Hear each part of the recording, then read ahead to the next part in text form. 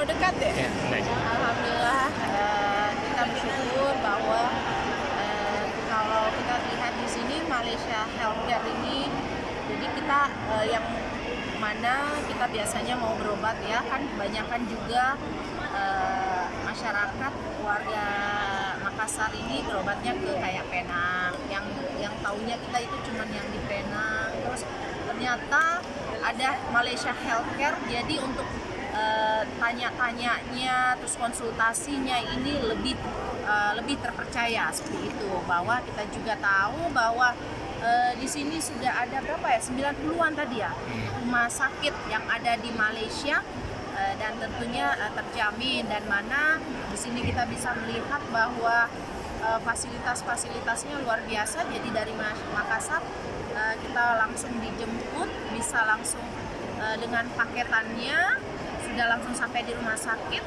sampai kita kembali ke Makassar. Karena yang kita takutkan biasanya sih kalau kita berobat ke luar negeri, yang kita takutkan itu kita tidak tahu sama sekali, kita tidak mengetahui seperti itu. Dan ini merupakan juga pilihan buat kita yang mana kita mau untuk hidup sehat tentunya.